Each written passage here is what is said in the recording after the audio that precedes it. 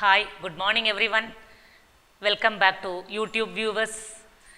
And here is Savitri. Gives you better support for learning physics concepts of 11th standard state board topic.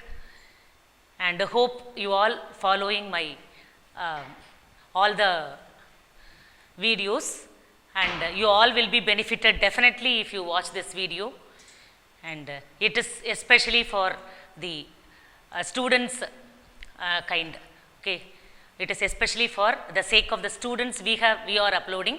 So the students all over Tamil Nadu will be definitely benefited out of this videos. So please watch continuously, and thank you for giving continuous support.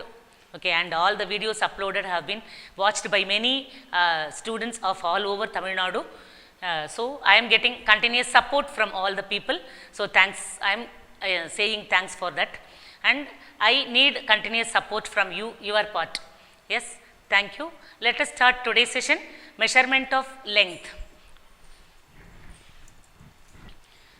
Now, the concept of length in physics is nothing but concept of distance in everyday life.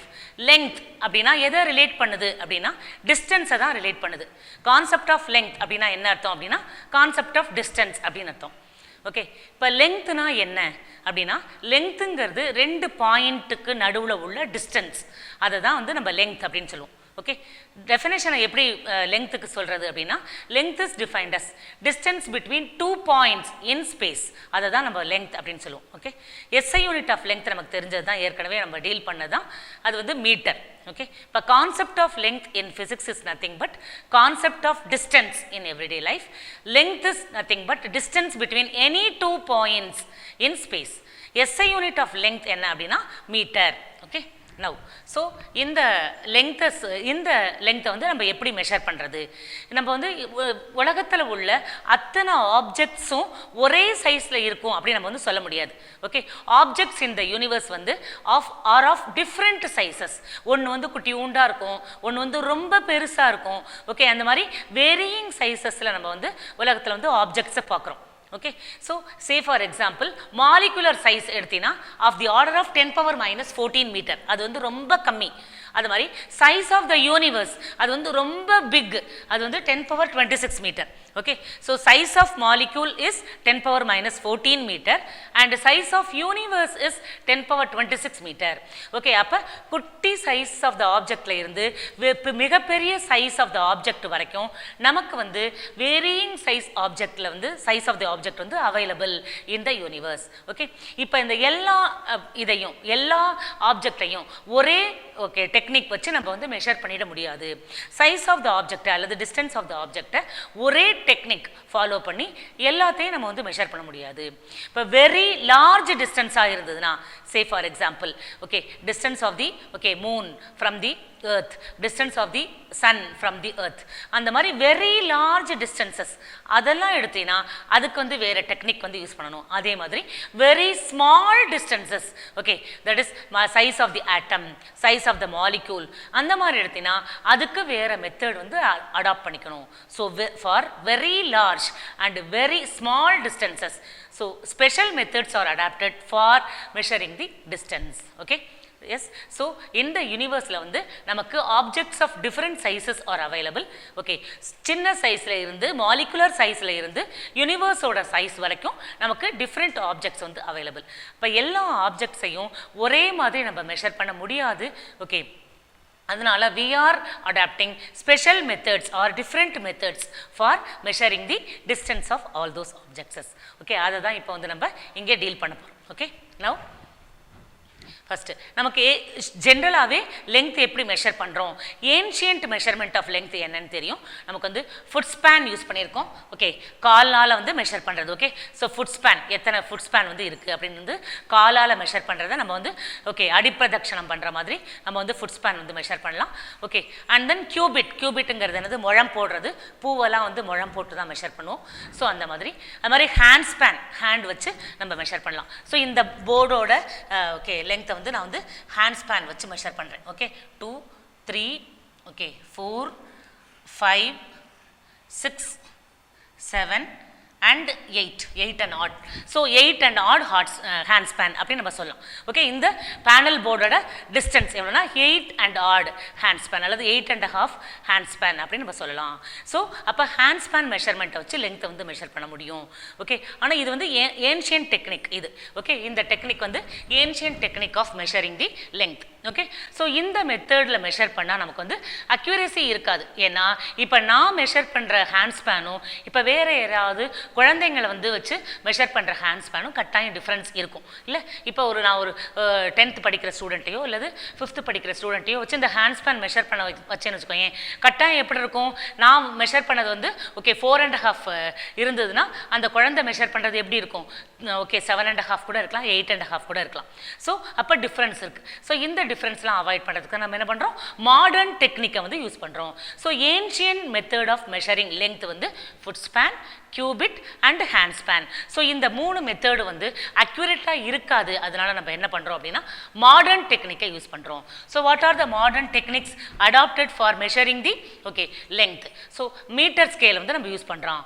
So metre scale is used for measuring the length of the object. அதே மாதிரி vernier calliper is an instrument used for measuring the length of the object.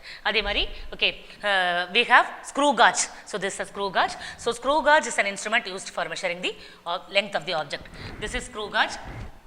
So screw gauge is an instrument used for measuring the okay length of the object. The same way okay spherometer. Okay, இது என்னது spherometer. Spherometer நம்ம என்ன செய்யலாம் அப்படின்னா length of the measure length வந்து measure பண்றதுக்கு நம்ம use பண்ணிக்கலாம். ஸோ இதெல்லாம் வந்து modern measurement of okay so length. Okay, ancient மெஷர்மெண்ட்டும் மாடர்ன் மெஷர்மெண்ட்டுக்கும் கம்ப்ளீட் டிஃப்ரென்ஸ் இருக்கு. இந்த ஏன்ஷியன்ட் மெஷர்மெண்ட் வந்து ஓகே எல்லாரும் மெஷர் பண்றதும் வந்து ஈக்குவலாக இருக்காது, அன்ஈக்குவலாக வந்து நமக்கு ரீடிங் கிடைக்கும். ஆனால் மாடர்ன் மெஷர்மெண்ட்டில் எப்படி எந்த இன்ஸ்ட்ருமெண்ட் வச்சு மெஷர் பண்ணாலும் யாரும் மெஷர் பண்ணாலும் almost will be getting the same answer. So அதனால் என்ன பண்ணிட்டோம்? நம்ம ஏன்ஷியன்ட் டெக்னிக்கை கம்ப்ளீட்டாக என்ன பண்ணிட்டோம்?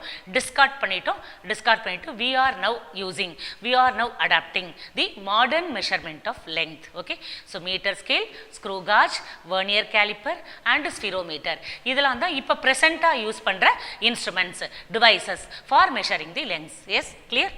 Okay, then ஓகே இப்போ நம்ம வந்து லெங்த் ஆப்ஜெக்ட் சைஸை வச்சு அல்லது magnitude of the okay length இதை வச்சு நம்ம என்ன பண்ணிக்கலாம் அப்படின்னு சொன்னால் ஸோ த வேர்ல்டை வந்து ரெண்டாக நம்ம டிவைட் பண்ணிக்கலாம். மைக்ரோ காஸ்ம் அண்ட் மேக்ரோ காஸ்ம் அப்படின்னு நம்ம ரெண்டாக வந்து டிவைட் பண்ணிக்கிறோம். ஆப்ஜெக்ட்ஸோட சைஸையும் ஆப்ஜெக்டோடைய டிஸ்டன்ஸையும் வச்சு நம்ம என்ன கிளாஸிஃபை பண்ணிக்கலாம் அப்படின்னா மைக்ரோ காஸ்ம் மேக்ரோ காஸ்ம் அப்படின்னு ரெண்டாக வந்து டிவைட் பண்ணிக்கிறோம். மேக்ரோ காஸ்ம் அப்படிங்கிறது என்ன அப்படின்னா it is referring to large world. Okay, அதாவது object of big sizes and large distances. எதெல்லாம் சைஸ் வந்து ரொம்ப பிக்காக இருக்கோ, எந்தெந்த ஆப்ஜெக்ட்லாம் சைஸ் வந்து ரொம்ப பிக்காக இருக்கோ, அதுக்கப்புறம் எந்த ஆப்ஜெக்டுடைய டிஸ்டன்ஸ் வந்து ரொம்ப லார்ஜாக இருக்கோ அதை வந்து டீல் பண்ணுற வேர்ல்டை நம்ம என்ன சொல்கிறோம் அப்படின்னா மேக்ரோகாஸ்ம் அப்படின்னு சொல்கிறோம். So what is macrocosm? Macrocosm refers to large world. Okay, large வேர்ல்டுனா எதை நம்ம லார்ஜ்னு சொல்கிறோம்? இங்கே ஆப்ஜெக்டோட சைஸ் வந்து லார்ஜாக இருந்ததுன்னா, ஆப்ஜெக்டோட டிஸ்டன்ஸ் வந்து லார்ஜாக இருந்ததுன்னா அதை நம்ம லார்ஜ் வேர்ல்டுன்னு சொல்கிறோம். அதை மெஷர் பண்ணுறதை நம்ம மேக்ரோகாஸ்ம் அப்படின்னு சொல்கிறோம். ஓகே, அதுக்கு எக்ஸாம்பிள் என்னெல்லாம் சொல்லலாம்? Objects like galaxy. Okay, galaxy வந்து சைஸ் வந்து பிக். ஸ்டார், அது மாதிரி sun, okay, earth, moon, okay and their distances. Okay, அந்த சைஸ் ஆஃப் தி ஆப்ஜெக்டும் பிக்காக இருக்குது. ஓகே, ஏர்த்துலேருந்து இதெல்லாம் மெஷர் பண்ணால் டிஸ்டன்ஸும் ஜாஸ்தியாக இருக்குது. ஸோ இது எல்லாம் எதில் கிளாஸிஃபை பண்ணிக்கலாம் அப்படின்னா மேக்ரோகாஸ்ம் அதில் வந்து classify பண்ணிக்கலாம். So what do you mean by macrocosm? Macrocosm refers to large world in which we are having the objects of bigger sizes and objects of larger distances. Okay, இதை தான் நம்ம என்ன சொல்கிறோம் அப்படின்னா macrocosm அப்படின்னு நம்ம சொல்கிறோம். சரியா? And then okay, so macrocosmலாம் எதெல்லாம் டீல் பண்ணுது? So macrocosm deals என்னென்னலாம் அதில் வரும்? Okay, sun is of very big size. அதே மாதிரி ஸ்டார் என்னது? Size of the star is very very big. okay, and then galaxy, moon we have, okay, then earth, okay, then galaxy. இதை எல்லாத்தையும் நம்ம எதில் கொண்டு வரலாம் அப்படின்னா மேக்ரோ காஸ்மில் கொண்டு வந்துடலாம். ஏன்னா எல்லாத்தோட சைஸுமே வந்து ரொம்ப ரொம்ப ஜாஸ்தி. Okay, so very very large, sizes very very big. Okay, அதனால இது எல்லாத்தையும் நம்ம எதில் கொண்டு வரோம் அப்படின்னு சொன்னால் மேக்ரோ காஸ்மில் கொண்டு வரோம். So objects of okay very big size and objects of very large distances. Okay, so those objects are brought under macrocosm. Okay, then we have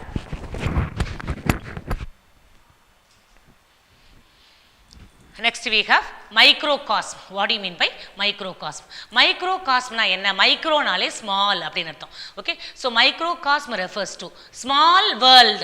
Okay, so அந்த worldல objects வந்து ரொம்ப small size ஆ இருக்கும் and distance of the objectம் ரொம்ப small ஆ இருக்கும். Okay, அந்த மாதிரி இருக்கிறத நம்ம microcosm அப்படினு சொல்றோம். So microcosm refers to small world in which both objects and their distances are very small. அப்படி இருந்தால் அதை நம்ம மைக்ரோ காஸ்ம் அப்படின்னு சொல்கிறோம். ஸோ இப்போ எதெல்லாம் வந்து குட்டியாக இருக்கும், எதெல்லாம் ஸ்மாலாக இருக்குமோ இதில் கேட்டகரைஸ் பண்ணிக்கலாம். இப்போ எதெல்லாம் வந்து ஸ்மாலாக இருக்கும் நமக்கு தெரியும். Molecules, size of the molecule is very very small, நம்ம கண்ணால் பார்க்கவே முடியாது இல்லை. So atoms and then protons, neutrons, okay, electrons and then bacteria. இது எல்லாமே கண்ணால் நம்ம நேக்கட் ஐனால பார்க்கவே முடியாது. ஓகே, ஸோ மைக்ரோஸ்கோப்ஸ் வச்சு தான் நம்ம இதெல்லாம் பார்க்க முடியும். ஓகே, ஸோ இந்த மாதிரி ஸ்மால் சைஸ்ட் ஆப்ஜெக்ட்ஸையும் இந்த மாதிரி ஸ்மால் டிஸ்டன்ஸையும் நம்ம என்ன சொல்கிறோம் அப்படின்னா மைக்ரோகாஸ்முக்கு அண்டரில் கொண்டு வரோம். ஸோ மைக்ரோகாஸ்ம்ங்கிறது என்ன அப்படின்னா it is referring to the small world in which both objects and distances are very very small. Okay, so example enna sollalam? Molecules, atoms, protons, neutrons, electrons and bacteria. Okay, இதெல்லாம் size வந்து small. அதே மாதிரி அதோட distance என்னது small தான். டயாமீட்டரோ சைஸோ எதை measure பண்ணாலும் ஸ்மாலாக இருக்கும். ஓகே, ஸோ இதெல்லாம் நம்ம என்ன கொண்டு வரோம்? மைக்ரோ காஸ்மில் கொண்டு வரோம். ஓகே, ஸோ இதுக்கு எக்ஸாம்பிள் என்னது? Molecules. Okay, molecules and then bacteria, okay, atoms, okay, then we have electrons, okay, protons and then neutrons. So everything is coming under microcosm. So objects of very small sizes and very small distances are, okay, categorized under microcosm. Okay, yes, so the word micro refers small, the word macro refers very large. Okay, so அதுலேருந்தே நம்ம வந்து சொல்லிக்கலாம் இது வந்து large objects and large டிஸ்டன்சஸை மேக்ரோகாஸ்ம்னும் small object and small டிஸ்டன்சஸை microcosm அப்படின்னு நம்ம வந்து கொண்டு வந்துக்கலாம், சொல்லிக்கலாம். S, clear? தென் இப்போ இந்த ஸ்மால் ஆப்ஜெக்ட்ஸையோ அல்லது லார்ஜ் ஆப்ஜெக்ட்ஸையோ நமக்கு வந்து யூனிவர்ஸில் பலதரப்பட்ட ஆப்ஜெக்ட்ஸ் இருக்குது. அந்த ஆப்ஜெக்ட்ஸோடைய டிஸ்டன்ஸஸை நம்ம எப்படி மெஷர் பண்ணுறது அப்படின்னு பார்க்கணும். ஸோ இந்த டிஸ்டன்ஸ் மெஷர் பண்ணுறதுக்கு நமக்கு 2 மெத்தட்ஸ் இருக்குது. ஓகே, ஃபஸ்ட்டு மெத்தட் வந்து டைரக்ட் மெத்தட் அப்படின்னு சொல்லுவோம். இன்னொரு செகண்ட் மெத்தடை வந்து நம்ம என்ன சொல்லுவோம் அப்படின்னா இன்டைரக்ட் மெத்தட் அப்படின்னு நம்ம சொல்லுவோம். ஓகே, நமக்கு 2 methods of measurement of distances இருக்குது. ஒன்று டைரக்ட் மெத்தட், இன்னொன்று இன்டைரக்ட் மெத்தட். முதல்ல டைரக்ட் மெத்தட்னா என்ன அப்படின்னு பார்க்கணும். ஓகே, இப்போ டைரக்ட் மெத்தட்னா என்னன்னா, இப்போ ஒரு ஆப்ஜெக்டை நான் எடுத்துக்கிறேன், இந்த ஆப்ஜெக்ட் எடுத்துக்கிறேன். இந்த ஆப்ஜெக்டோடைய 2 எண்டையும் நம்மளால் வந்து பார்க்க முடியுது. இது வந்து ஃபஸ்ட் எண்டு, இது வந்து அனதர் எண்டு. ஸோ இந்த மாதிரி இந்த 2 எண்டும் அப்ரோச் இருந்தா அந்த லெங்த்தை வந்து நம்ம என்ன பண்ணலாம்? லெங்த் ஆஃப் த ஆப்ஜெக்டை வந்து டைரக்ட் மெத்தட் வச்சு மெஷர் பண்ணிடலாம். Okay, so if the 2 ends of the objects are approachable இருக்கணும். 2 எண்டுமே நமக்கு தெரியும். So the 2 ends of the rod are approachable, then we use direct method for measuring the length of this object. Okay, so meter scale, ஒரு metre scale எடுத்துக்கிறேன் அல்லது ஒரு rod எடுத்துக்கிறேன். Okay, அந்த ராடுக்கு 2 எண்டும் நமக்கு வந்து கண்ணால் பார்க்க முடியும். அது மாதிரி மீட்டர் ஸ்கேலோட 2 எண்டையும் நம்மளால் அப்ரோச் பண்ண முடியும். ஸோ எப்போ எந்த ஆப்ஜெக்டோட 2 எண்டும் நம்மளால் பார்க்க முடியுதோ, அப்ரோச் பண்ண முடியுதோ, அந்த ஆப்ஜெக்ட்ஸோட லெங்த்தை நம்ம எப்படி மெஷர் பண்ணலாம் அப்படின்னு சொன்னால் டைரக்ட் மெத்தட் வச்சு மெஷர் பண்ணிடலாம். Okay, so that is called a direct method. So if the two ends of the objects are approachable, then we use direct method for measuring lengths. Okay, so distances ranging from 10 power minus 5 meter to 10 power 2 meter can be measured by direct method. So எந்த distances லாம் 10 power minus 5 ல இருந்து 10 power 2 வரைக்கும் vary ஆகுதோ, okay, அந்த distance எல்லாம் நம்ம என்ன பண்ணிடலாம்னா direct method வச்சு மெஷர் பண்ணிடலாம். Okay, so now what is direct method? So if the two ends of the objects are approachable, okay, then we use the direct method for measuring the length. Okay, so இப்போ இந்த length இந்த direct methodல நம்ம எப்படி measure பண்றோம் அப்படின்னா we are using instrument for measuring the distances. Okay, so various instruments we have to measure the length. Direct methodனா instrument வச்சு measure பண்ணிடலாம்.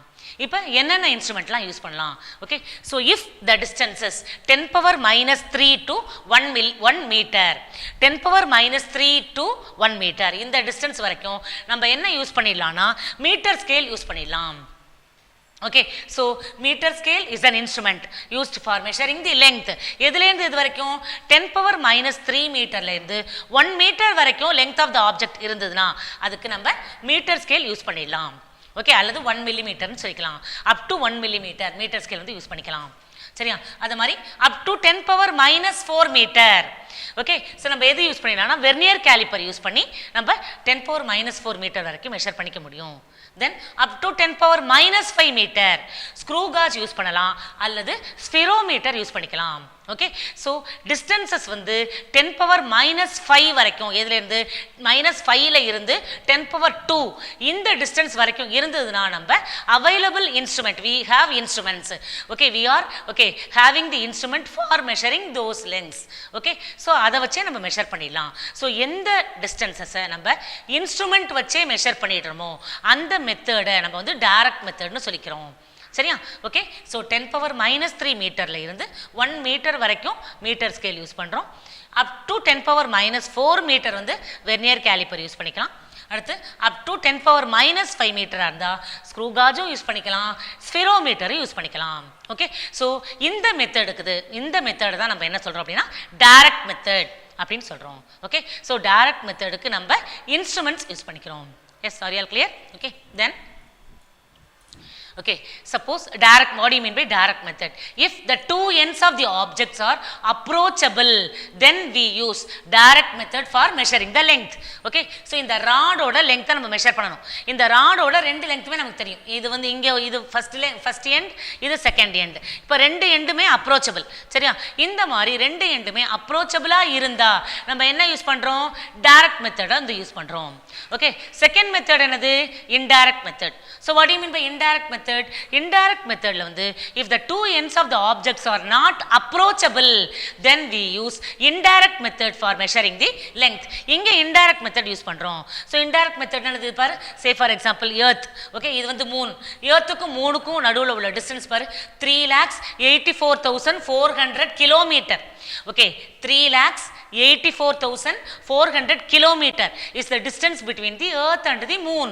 Okay, இந்த distance earthக்கும் மூணுக்கும் எண்ட் வந்து அப்ரோச்சபிளா? நம்ம எர்த் மேல இருக்கும். ஓகே, மூணோட எண்ட் வந்து அப்ரோச்சபிளா? இல்ல, அப்ரோச்சபிள் இல்ல. அப்ப என்ன பண்ண முடியாது? நம்ம டைரக்ட் மெத்தடை யூஸ் பண்ணி okay distance of the moon cannot be measured from the earth. அதனால நம்ம என்ன பண்றோம் அப்படின்னா இன்டைரக்ட் மெத்தட்ஸை யூஸ் பண்ணிக்கிறோம்.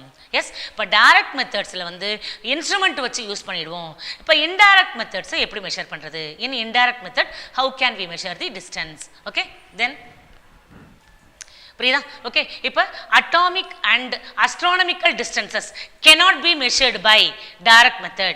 Atomic distances, that is very small distances, and astronomical, very large distances. Okay, molecular size o, okay, molecular distance o, atomic distance o, இதெல்லாம் வந்து direct methodல measure பண்ண முடியாது. Simultaneously அதே மாதிரி astronomical distances, distance of the universe, distance of the sun, distance of the moon, இதெல்லாம் கூட என்ன பண்ண முடியாதுன்னா direct மெத்தட் வச்சு யூஸ் பண்ண முடியாது, மெஷர் பண்ண முடியாது. ஏன்னா the two ends of the objects are not approachable. அதனால நம்ம என்ன பண்றோம் அப்படின்னா to measure a very small distances and very large distances we are adapting indirect method. அப்போ இன்டைரக்ட் மெத்தட்னா என்னென்ன மெத்தட் வந்து இன்டைரக்ட்ல கொண்டு வரும்? So indirect methods are triangulation method. First method வந்து triangulation method. Okay, second method வந்து parallax method. Okay, third method வந்து ரேடார் மெத்தட். ஸோ இந்த மூணு மெத்தடை நம்ம என்ன சொல்றோம் அப்படின்னா இன்டைரக்ட் மெத்தட் அப்படின்னு சொல்றோம். Okay, triangulation method, parallax method and radar method. இந்த மெத்தட்லாம் நம்ம இன்டைரக்ட் மெத்தட்னு சொல்றோம். ஸோ இந்த மெத்தட்ஸ் வச்சு நம்ம என்ன பண்ணலாம் அப்படின்னா very large distances and very small distances can be measured. Okay, yes, triangulation method, parallax method and radar method. Okay, or trigonometric மெத்தட்னு கூட சொல்லலாம். ஓகே, ட்ரையாங்குலேஷன் மெத்தட்ல ட்ரிக்னாமெட்ரிக் மெத்தட் அப்படின்னு கூட சொல்லலாம். ஓகே, ட்ரிக்னாமெட்ரியை யூஸ் பண்ணி கூட நம்ம வந்து மெஷர் பண்ணிக்கலாம். Yes, okay, and reflection method கூட சொல்லிக்கலாம். So radar method na reflection method. So we can say radar method as a reflection method. Triangulation method la vandu trigonometry use பண்றதுனால trigonometric method nu kuda sollalam. Okay, so very large distances can be measured by enna method la triangulation method, okay, parallax method and radar method. Triangulation method is nothing but trigonometry. Using trigonometry we are measuring. Okay, so trigonometric method nu sollikalam. Adu mari radar method la we are using the principle of reflection. So reflection method nu sollalam. Yes, are you all clear? So for measuring the very small distances we are using the instruments like vernier caliper, screw gauge, meter scale and spherometer for measuring very large distances like distance of the moon, distance of the sun, okay, distance of the universe or galaxy or stars. We are using indirect method. So those indirect methods are triangulation method, parallax method and radar method. Yes, clear? Okay, பாரு இதானது. Okay, so now we have got different methods. Okay, parallax method and radar method, triangulation method. So this is called a triangulation method. So this method is triangulation method. Okay, now this is triangulation method.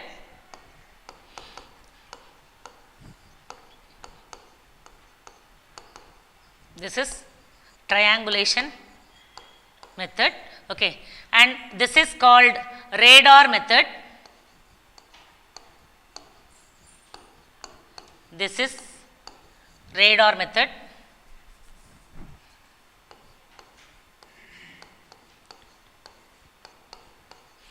Okay, and then this is called parallax method.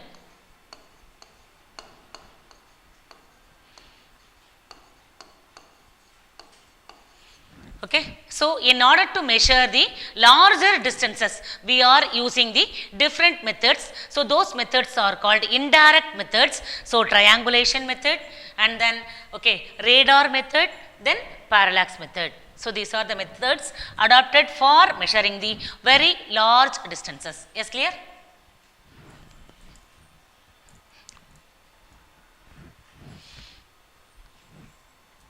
Then we have so a few more topics, radian, and we are going to deal what is radian and relation between, okay, so value of 1 radian and relation between radian, degree and minute. This is the additional topic we are going to deal today. Okay, so let us deal what is radian. Okay, what do you mean by radian? இப்போ radian அப்படிங்கிறது என்ன அப்படின்னா angle subtended, okay, angle made at the center of the circle by an arc. Okay, so ஒரு சர்க்கிளில் ஒரு arc. Okay, இதான் வந்து ஒரு ஆர்க்குன்னு நம்ம சொல்லுவோம். ஆங்கிள் சப்டெண்டட், இதானது arc. Okay, this is the arc.